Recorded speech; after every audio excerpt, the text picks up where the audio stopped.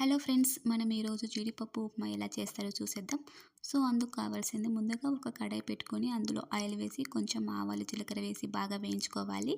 తర్వాత కట్ చేసిన ఆనియన్, ఒక టమాటో, ఒక గ్రీన్ చిల్లీ, అలాగే కట్ చేసిన క్యారెట్ ముక్కలు, సో ఫైనల్గా కర్రీ లీవ్స్ వేసేసి బాగా కలుపుకోవాలి. సో ఇలా కలుపుకున్న తర్వాత ఒక కప్పు జీడిపప్పు వేసేసి బాగా మిక్స్ అయితే చేసుకోవాలి.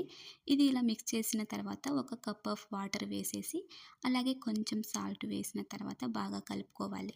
ఇలా కలుపుకున్న తర్వాత ప్లేట్ అయితే వేసేసి ఒక 2-3 మినిట్స్ అయితే బాగా మరిగించుకోవాలి. సో ఇది మరిగేలోపు మనం ఇంకొక కడాయి తీసుకొని అందులో ఆయిల్ వేసి కొంచెం రవ్వ వేసేసి గోల్డ్ కలర్లో వచ్చేంత వరకు బాగా వేయించుకోవాలి.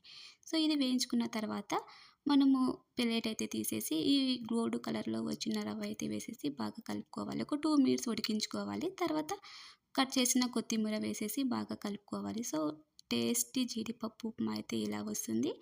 సో మీకు ఈ వీడియో నచ్చినట్టయితే లైక్ చేసి, షేర్ చేసి, ప్లీజ్ సబ్స్క్రైబ్ చేయండి.